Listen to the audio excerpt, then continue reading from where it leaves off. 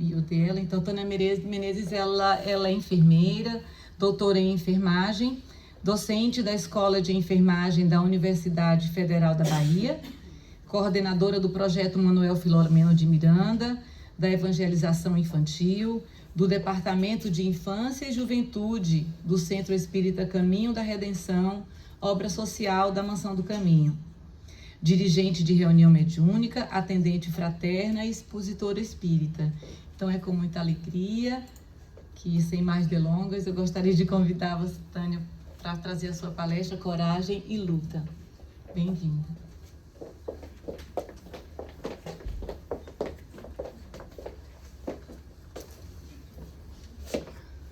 Boa noite. Boa noite. Que bom estarmos aqui neste início de semana, já chegando à reta final deste mês de julho, primeiro mês do segundo semestre, e nós temos sempre muitas possibilidades de, ainda neste ano, fazermos e sermos corajosos, né? A proposta do tema, ela é trazida pela benfeitora Joana de Ângeles neste último livro que foi lançamento pós-morte Tio Di. A benfeitora já tinha psicografado diversas mensagens nas nossas reuniões mediúnicas quando ele estava presente. Então, geralmente enviou uma mensagem, então foi feito um apanhado de mensagens que estavam, né, lá sem ter sido publicadas. Aí saiu este último livro, Vida Gloriosa, e é a primeira mensagem deste livro, Coragem na Luta. Eu quero agradecer imensamente por esta oportunidade e a Deus, porque Ele nos concede a vida e por Ele nós também nos reunimos em nome dEle, em nome de Jesus. E que bom, nós estamos neste ambiente, fora do nosso espaço, mas com muita alegria no coração, de poder estar partilhando deste momento. Então, é uma felicidade imensa. E aí eu lanço uma pergunta para que nós possamos iniciar as nossas reflexões. Vocês acham que são pessoas corajosas? Sim ou não?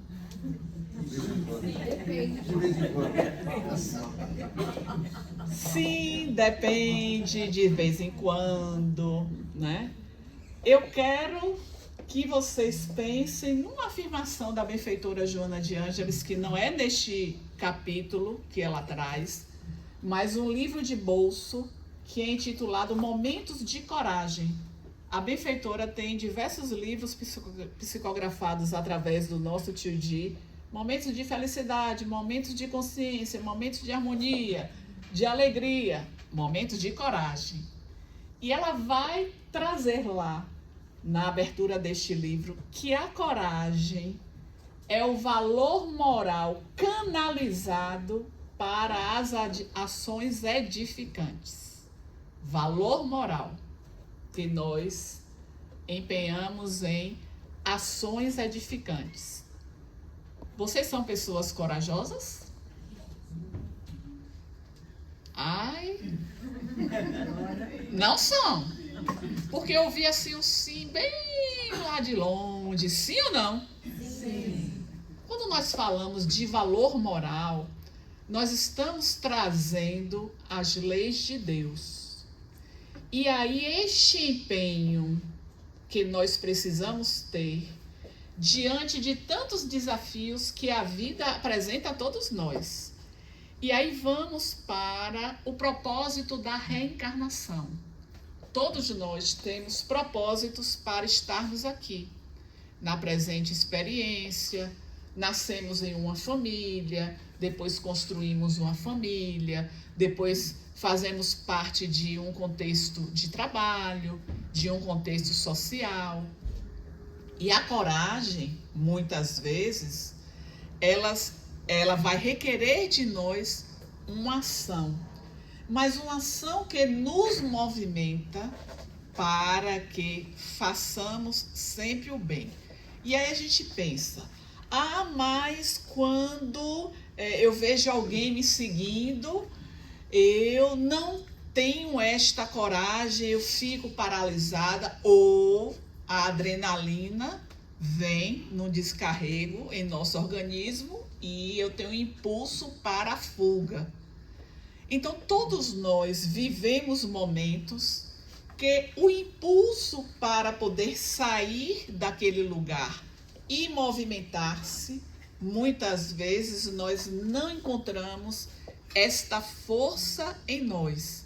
Exatamente porque a vida, ela é desafiadora.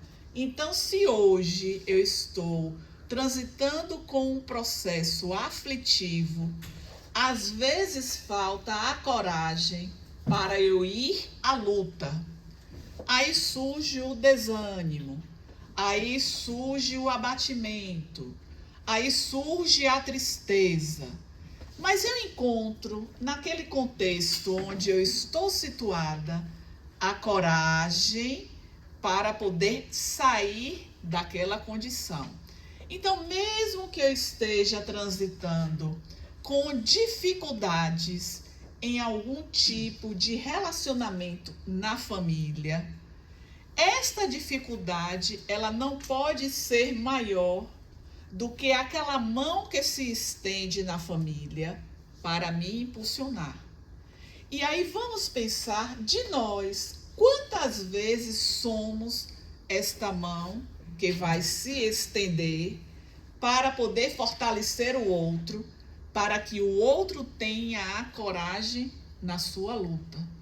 E quando nós pensamos em momentos que são muito desafiadores e que falta a nós este ânimo, esta vontade de ir à luta, de superar o obstáculo, de vencer o desafio, não nos recordamos que temos um anjo da guarda, que este é o nosso maior impulsionador da jornada evolutiva. Ele foi designado para nos acompanhar enquanto estamos nesta experiência. É este anjo da guarda que no momento que você não consegue levantar da cama, por conta de situações que você esteja vivendo, ele vai soprar no seu ouvido e vai lhe dizer: minha filha, tenha bom ânimo, tudo passa. E aí a gente lembra do nosso saudoso tio Nilson, na sua primeira mensagem psicofônica, após a desencarnação através de tio Di. Ele disse lá em um trecho da mensagem: tudo passa, só o amor permanece. Então, quando vamos para este breve conceito da benfeitora Joana de Ângeles, que a coragem é um valor moral, que é canalizado para as ações edificantes. Ações edificantes, elas acontecem mediante a energia do amor. E de onde vem esta energia amorosa? Do nosso íntimo, do nosso ser, criado por este Pai amoroso que está desenvolvendo em nós esta potencialidade através da oportunidade que temos ao longo de sucessivas reencarnações. Nós nos recordamos de uma história que foi narrada em algumas oportunidades pelo nosso tio Di e que queremos trazer aqui para que vocês também percebam este valor moral e percebam a coragem de ir à luta. 2 médicos em um outono na cidade de Paris. Um outono que já estava marcado por um período muito frio. Estavam sentados tomando um café e começaram a conversar sobre as experiências que estava a viver. Axel Mant era um médico mais velho, estava passando para Nostrum alguns dos seus pacientes. E eis que, quando confabulavam naquela cafeteria, chegou um grupo de mulheres, mas mulheres que se destacavam por uma aparência que você logo associava que eram mulheres da vida. E quando eles observaram aquelas mulheres, Axelmante levanta e vai até aquela mesa e pergunta por uma determinada pessoa conhecida e que causou no seu colega um espanto. Mas como? Ele, um médico proeminente, tendo amizade com esse tipo de pessoa. E quando ele fez a pergunta por uma jovem, a resposta foi: deixe ela morrer. Ela já lutou o que pôde. Então agora ela precisa seguir do jeito que ela fez a opção. Mas como? Que jeito? Ela está envolvida nas drogas e não tem mais retorno. Ele volta para a sua mesa e o seu colega o indaga: mas como você pode ter algum tipo de amizade com essas pessoas? E aí ele fala: você não sabe quem é a pessoa que eu procurei informações. Saíram daquele local e se dirigiram até o consultório médico. Mas no percurso, ele foi relatando a respeito da história de uma jovem que entrou nesta vida através do relato que ela fez, por conta de, na adolescência, se envolver com um homem que achava que era o amor da sua vida. Ela saiu de casa, morava em Estocolmo e foi para Paris. Só que ela foi iludida por um amor que, na verdade, era um daqueles homens que queria colocá-la na vida da prostituição. Ela era bela. E após 2 meses de relacionamento, ela descobre que está grávida. Só que, ao falar para ele da gravidez, ele diz que, na verdade, o interesse dele era para levá-la à vida como ele havia prometido. Você será uma rainha. Você terá tudo quanto você deseja. Então, aqui nós estamos para poder lhe oferecer uma vida de rainha. Mas essa vida, ela tem um preço muito alto e não comporta uma gestação. Você precisa matar este filho. Ela: de jeito nenhum. Eu não vou te... Isso é fruto do nosso amor. Que amor? Eu não sinto nada por você. E aí o jovem, o amigo, ouvindo a narrativa, ele começou a ficar diferente. Mas continuou. Eu fui atender a esta jovem, mas tem uma história. Nós precisamos ter uma dedicação na nossa profissão àqueles que não têm condições de prover os recursos de uma consulta, de um atendimento. E por conta disso, eu me senti mobilizado para atender crianças órfãs em determinado orfanato. Você não tem noção do que são estas crianças abandonadas pelas suas mães, pelos seus pais. Mas você leva uma vida assim, de atender nestes locais que não lhe dão o retorno? Sim, mas por que não? E certa feita, eu recebi uma ligação de que uma criança de 6 anos, ela estava prestes a morrer. Então eu me dirigi, estava muito cansado. Naquela noite, a minha ida àquele orfanato foi uma ida muito assim, sem vontade, sem disposição, porque de fato eu estava exaurido. E quando a carruagem parou à frente do orfanato, saiu de um lugar que eu não sei dizer onde, uma jovem muito bonita, mas eu sabia que era uma jovem ligada à prostituição, pela sua aparência, pela sua maquiagem. Então ela me pediu: por favor, doutor, quem você vai visitar é a minha filha. Ela está a morrer e eu preciso me despedir da minha filha. Aí ele disse: infelizmente, você não poderá entrar. Primeiro, olha a sua roupa. E segundo, que mulheres da vida não podem chegar e adentrar a este espaço. É um orfanato liderado por freiras e elas não permitiriam a sua entrada. Ela se ajoelha. A minha filha é tudo que eu tenho na minha vida. Aí o médico prometeu: eu vou entrar, você me deixa seu endereço. E se porventura ela de fato tiver para morrer, eu vou à sua casa e trago para que você possa visitar a sua filha. Ele foi, observou que de fato a filha daquela jovem estava nos seus últimos momentos, tinha um quadro de difteria, já tinha feito uma traqueostomia para a sua respiração. E a madre que velava aquela criança estava muito cansada.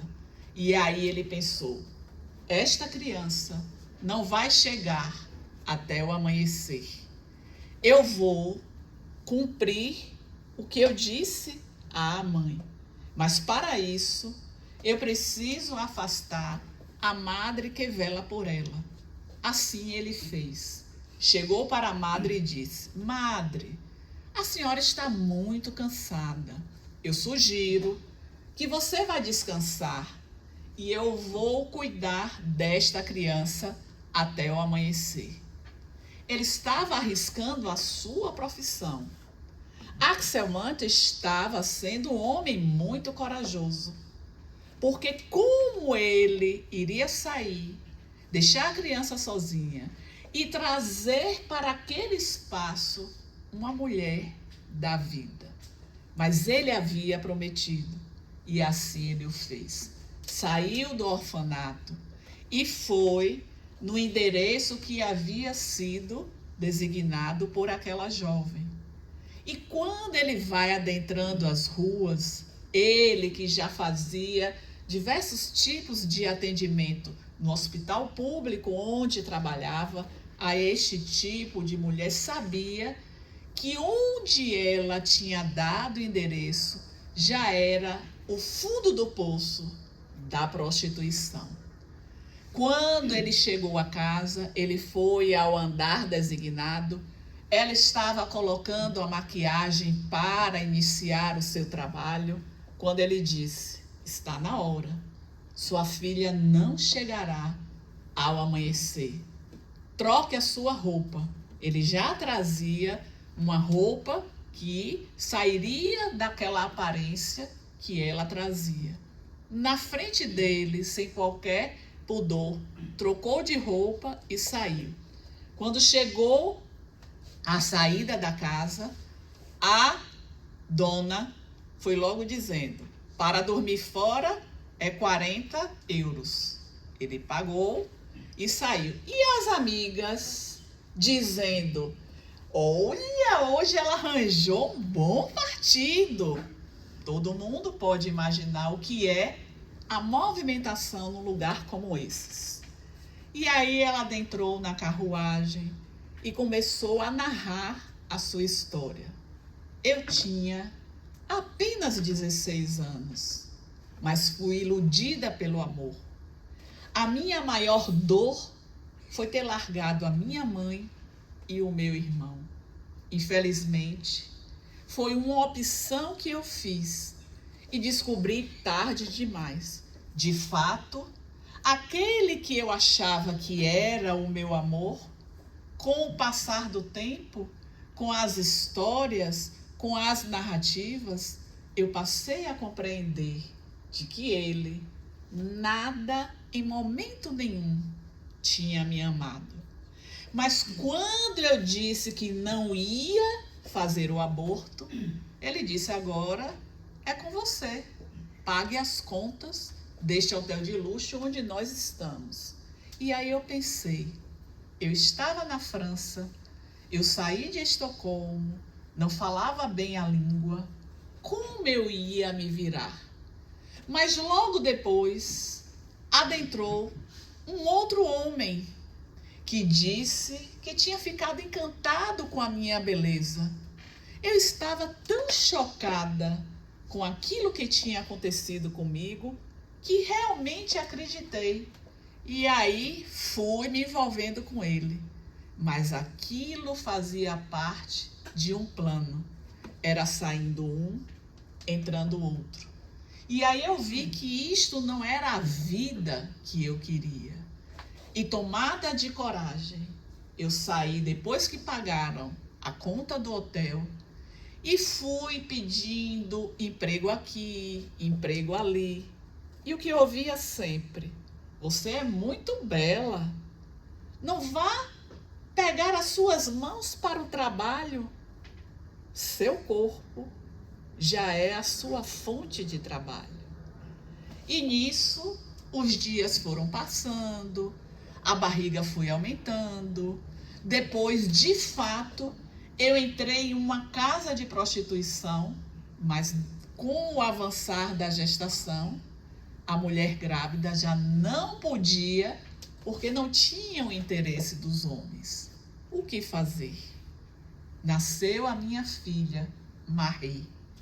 E aí eu pensei, eu vou em uma igreja, eu vou me confessar.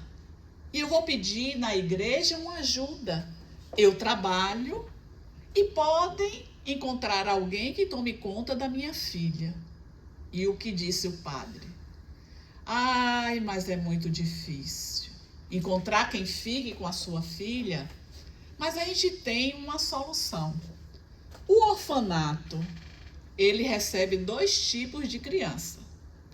Aquelas que não podem pagar, elas serão acolhidas, mas não receberão a educação que toda mãe gostaria para os seus filhos. E no futuro, ou elas serão serventes, criadas de outras crianças quando crescerem, ou entrarão também na prostituição. Mas nós temos o outro lado. É o lado de que as crianças serão bem educadas, receberão a formação, mas se for para este lado, você jamais verá a sua filha. E aí eu pensei rapidamente, como um padre pode me fazer uma proposta de entregar a minha filha, mas eu teria que pagar para ela receber uma educação que fosse uma educação conforme eu gostaria. Mas ela não teve muito tempo para raciocinar. E o padre, e aí? O que é que você decide? E aí ela disse, mas padre, eu ainda preciso arranjar um emprego para poder pagar se eu não quiser ficar do outro lado. E aí ele disse, não tem problema. Você é muito bela. Não faltará emprego para você, sendo bela como és. E aí ela entendeu que ele também estava induzindo-a à prostituição e pensou rapidamente, ora, como eu sendo uma meretriz, posso usar o dinheiro para pagar a minha filha ficar em um orfanato, mas eu, sendo meretriz, não posso entrar no orfanato para visitar a minha filha. E aí resolvi procurar uma casa que pudesse me acolher e, de fato, adentrei para a prostituição. Mas eu, doutor, eu não sou essa pessoa. E ele sentiu a verdade no rosto daquela jovem. E ela repete, eu tinha apenas 16 anos, mas eu queria que minha filha levasse uma vida diferente da minha. Então, se eu não me esforçasse para poder prover o sustento dela com uma educação que fosse uma educação edificante, ela teria um destino igual ou pior do que o meu. Então, assim eu fiz. Todo sábado, eu ia à igreja e entregava ao padre o valor antecipado da manutenção da minha filha naquele orfanato. E um detalhe, ele não pôde me dizer que orfanato a minha filha estava, porque eu era proibida de visitá-la. Mas com esta movimentação de homens, de pessoas que vão se tornando amigas, que vão nos favorecendo, lá um dia o padre soltou o nome da madre superiora do orfanato onde minha filha estava. E aí eu fui mexendo daqui e dali e consegui descobrir o orfanato onde Marie estava desde quando nasceu. O que eu fiz? Se eu chegar e me denunciar com a minha aparência, vestimenta, maquiagem, não vão me permitir. Aí um dia, olhem a coragem da jovem. Ela foi ao orfanato muito bem vestida e pediu uma entrevista com a madre superiora e disse à madre que ela tinha perdido uma criança. A criança era muito linda, então ela gostaria, em nome da filha, de estar uma vez na semana visitando aquelas crianças, levando algumas guloseimas. A madre superiora ficou encantada com aquela jovem que perdeu uma filha, que estava com aquela disposição e acedeu. Toda quarta-feira ela ia à tarde e aí as meninas chegavam e ela percebia que as madres de fato demonstravam afeto no cuidado por aquelas crianças. Podemos imaginar, fazendo uma parte sobre a nossa narrativa, o que são essas mulheres que abraçam ideais, coragem na luta. É justamente este valor moral de estar abdicando da sua vida por um propósito que é maior. E nisso a gente lembra da história da nossa própria instituição Mansão do Caminho, que tinha suas casas lares. Em um determinado período, eram 10 casas, depois esse número aumentou. Cada casa era uma tia que largou a sua vida, algumas delas com recursos, para estar tomando conta de 8 a 10 crianças que não vieram do seu ventre, que vieram de condições muito diversificadas. Nós tivemos crianças em nossa instituição que foram deixadas na lata do lixo na porta da instituição. São muitas histórias, mas que encontraram nestas tias, em tio Nilson, em tio Di, a figura materna e paterna para oferecer um pouco daquilo que os pais biológicos ou não tiveram condições, porque algumas eram colocadas para lá, porque os pais tinham falecido.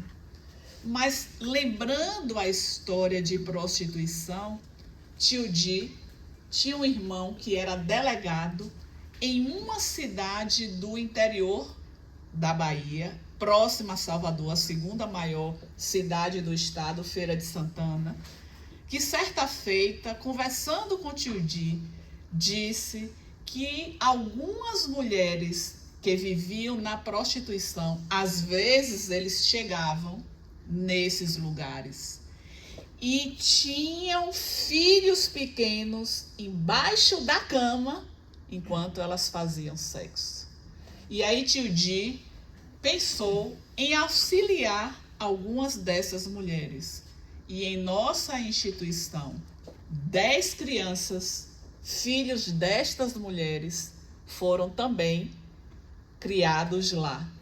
Essas mães, uma vez no mês, saíam de Feira de Santana, iam até Salvador visitar os seus filhos. Nunca ninguém soube quem foram esses filhos, para que não houvesse nenhum tipo de estigma.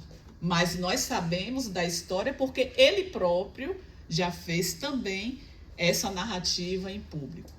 Então, voltando ao nosso caso, Marie, uma vez na semana, recebia o carinho da sua mãe e a chamava de mãe, sem ela ter dito qualquer coisa. Ela não podia se denunciar.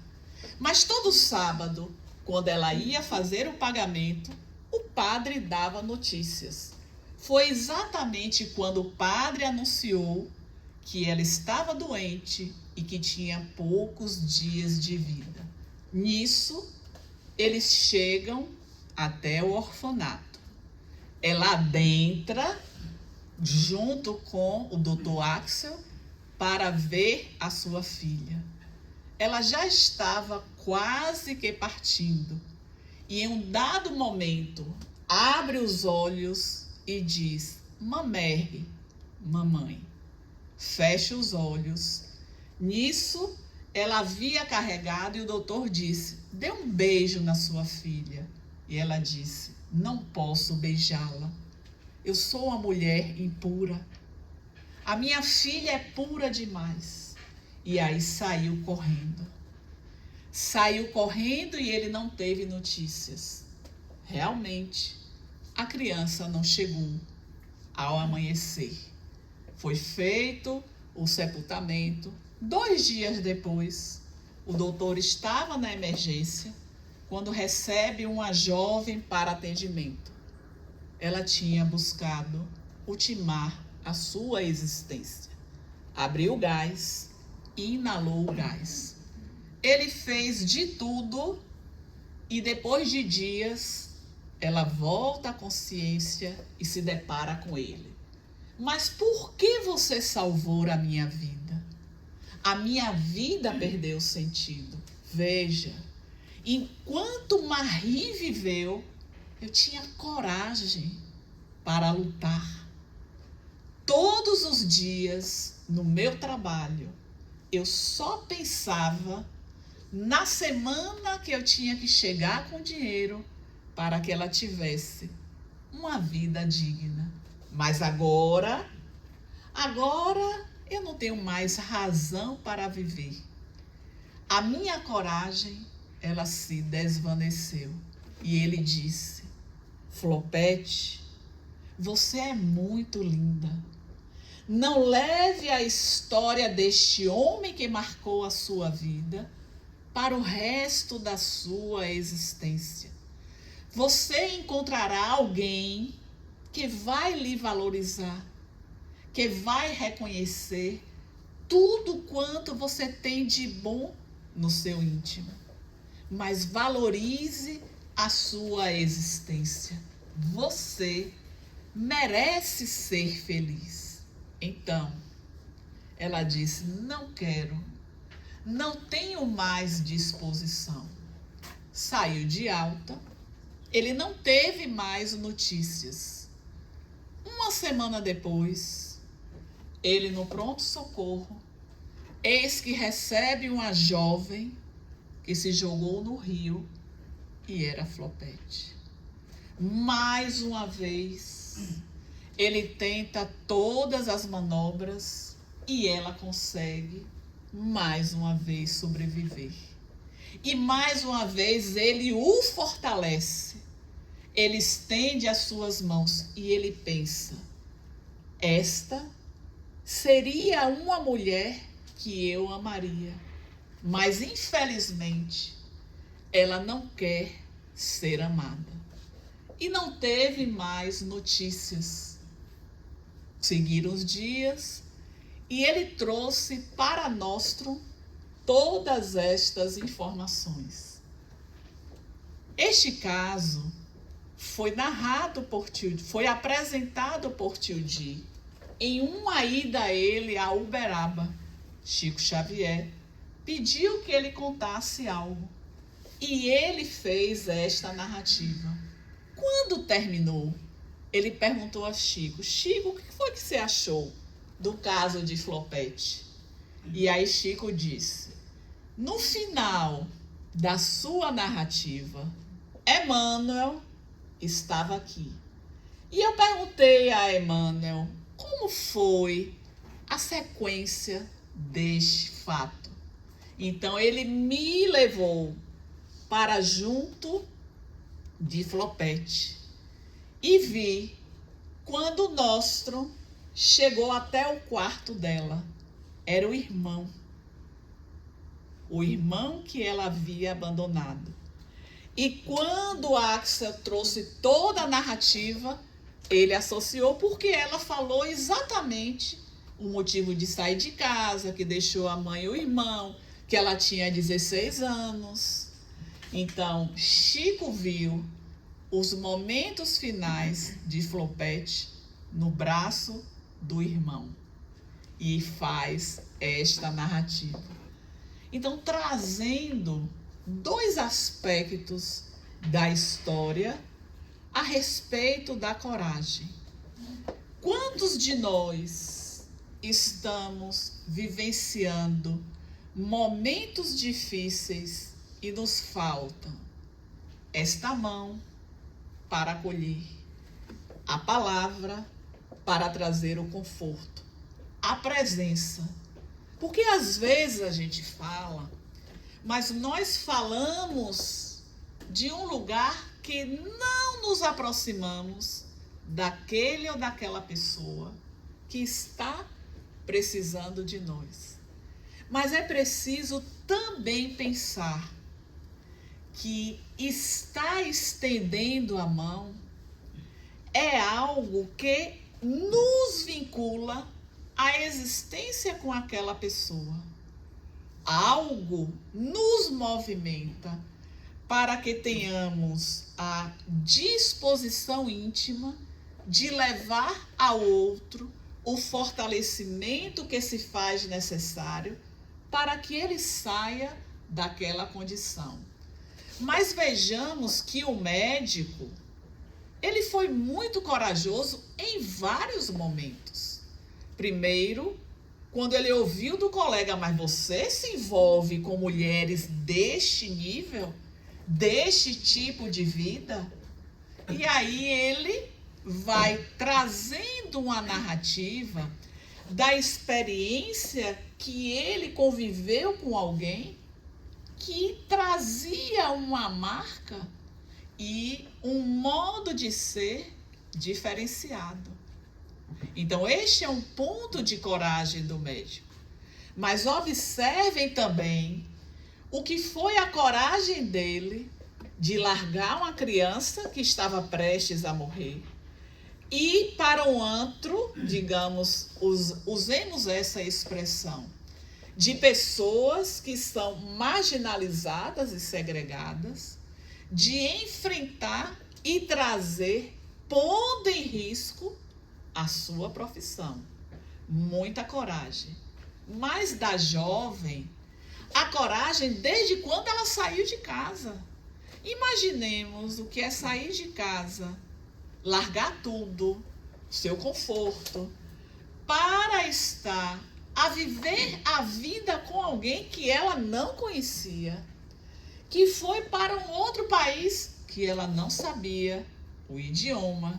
Então, muita coragem, muita determinação. E que bravamente lutou para poder prover a sua filha.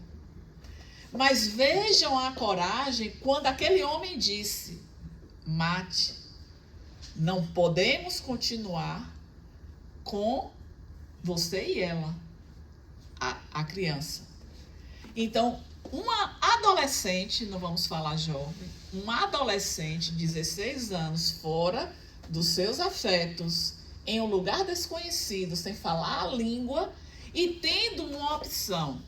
Ou eu permaneço com o meu amor, porque ela insistiu no amor, ou eu continuo com esta vida que já está em formação dentro de mim. Nós sabemos que nessas duas opções, muitas optam pelo aborto e não com a continuidade da vida. E vejam que alguém que na história não era alguém vinculada a nenhuma filiação religiosa. Porque às vezes a religião ela nos direciona. E aí vamos percebendo que os caminhos que são traçados também para as nossas existências são colocadas pessoas que são os verdadeiros benfeitores. Porque este médico foi um benfeitor para ela. Quem de nós arriscaria a nossa profissão para favorecer um desconhecido? Será que aqui alguém teria esta coragem? Muito provavelmente não. Eu estou me incluindo. De você abrir mão daquilo que é o sustento do seu ser, da sua família, em nome de alguém que vai lhe pedir um favor e que é bastante comprometedor. Então, é uma coragem, mas é uma coragem que está muito permeada por um propósito.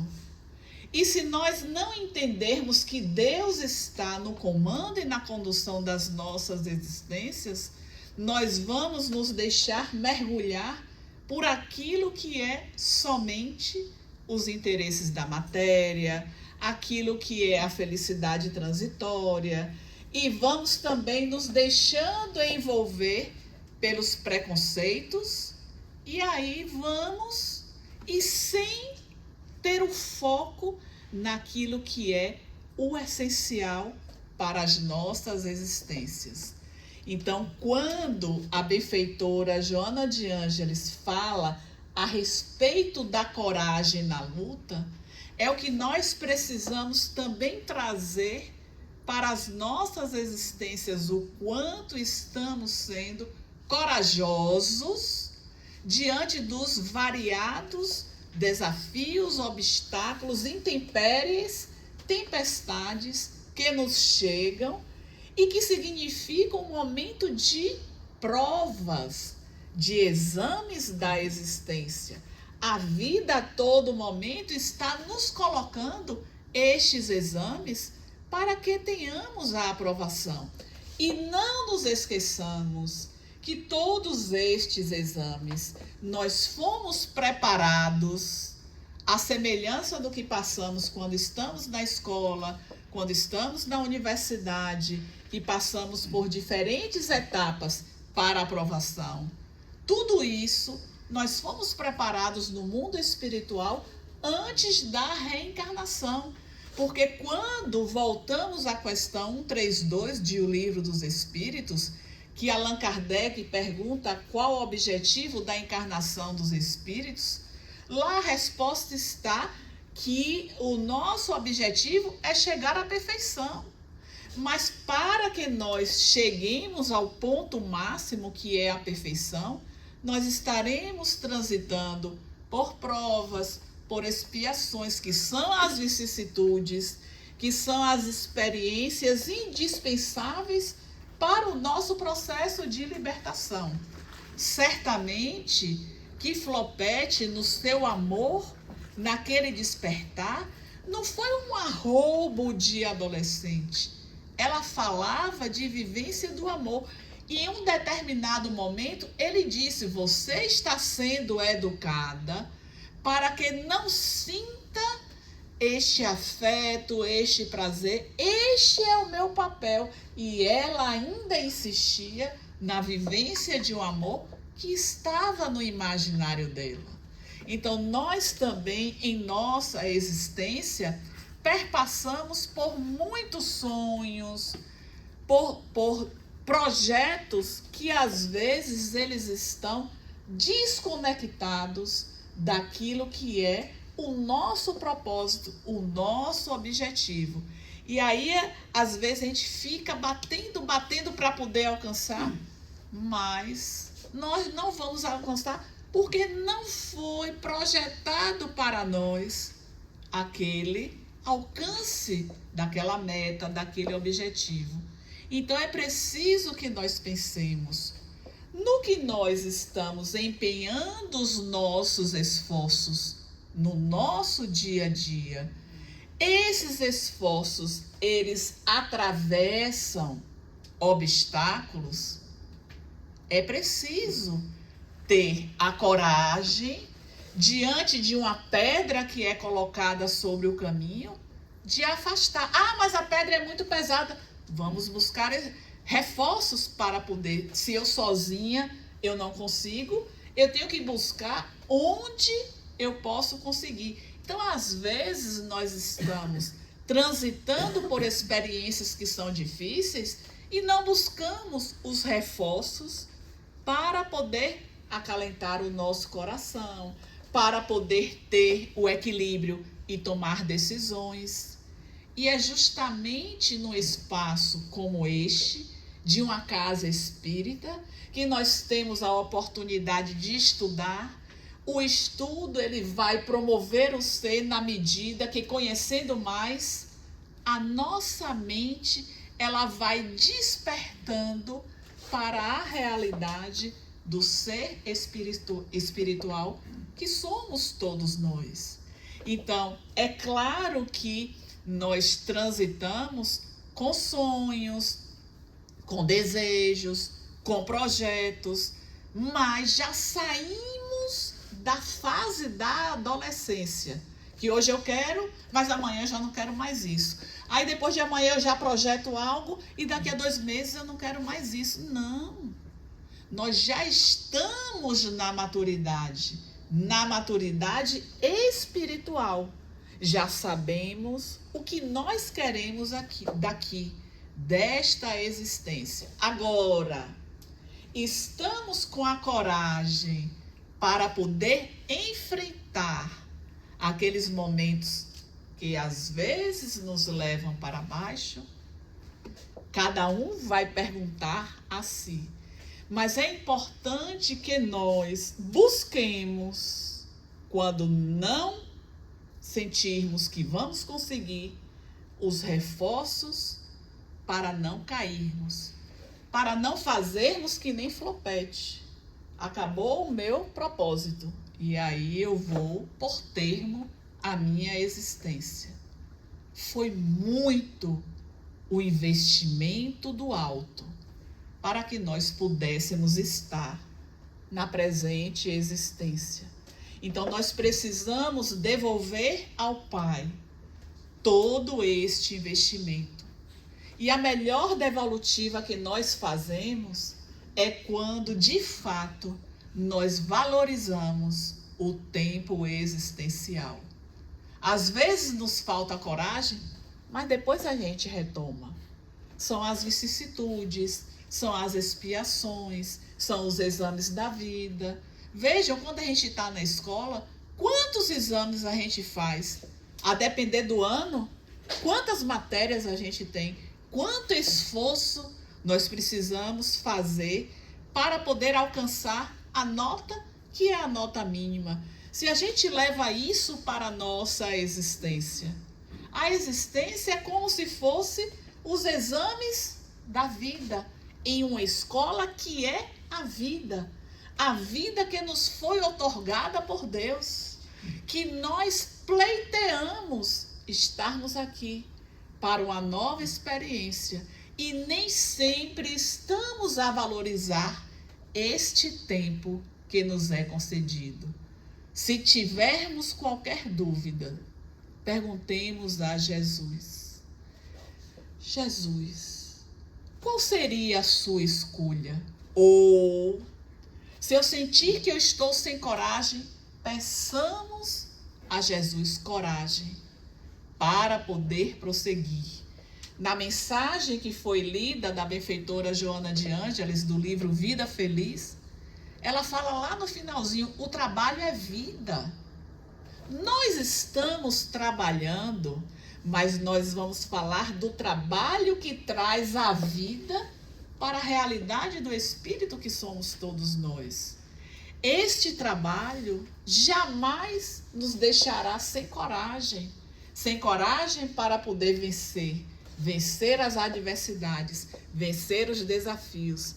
Então, saiamos em busca da conquista destes valores que as ações baseadas no amor nos fortalecerão.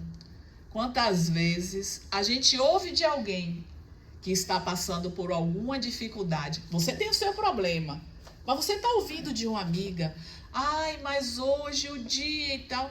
Aí quando você ouve da amiga, aí você se coloca no lugar da amiga, aí você vai e diz alguma coisa para poder a amiga encontrar um equilíbrio, uma harmonia. Ela diz, oi, a sua palavra foi tão boa para mim neste momento. Você fica feliz com a melhora da sua amiga e você esquece momentaneamente daquilo que você também está a atravessar. Então é este convite que a benfeitora Joana de Ângeles está fazendo para nós, para que nós possamos trabalhar, para que nós possamos exercitar a nossa alma para as ações do bem.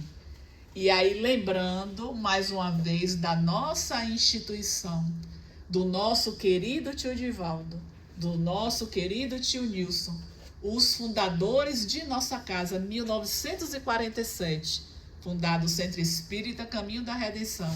1952, fundada a Obra Social Mansão do Caminho. 685 crianças passaram até os 18 anos. Alguns ficaram um pouco mais, recebendo as refeições, a educação, o afeto de mãe, o afeto de pai, e seguiram para a vida. Hoje, nós temos quase 5.000 pessoas transitando diariamente. A nossa creche inicia a partir de 4 meses. Muitos chegam até o ensino médio, Colégio Tio Nilson. Como nós conseguimos manter esta obra? Com corações amorosos, corajosos, dedicados, que somos todos nós. Porque se eu tenho um vínculo com a Mansão do Caminho, outros têm um vínculo com outra instituição, outros fazem trabalhos que também são trabalhos de dedicação.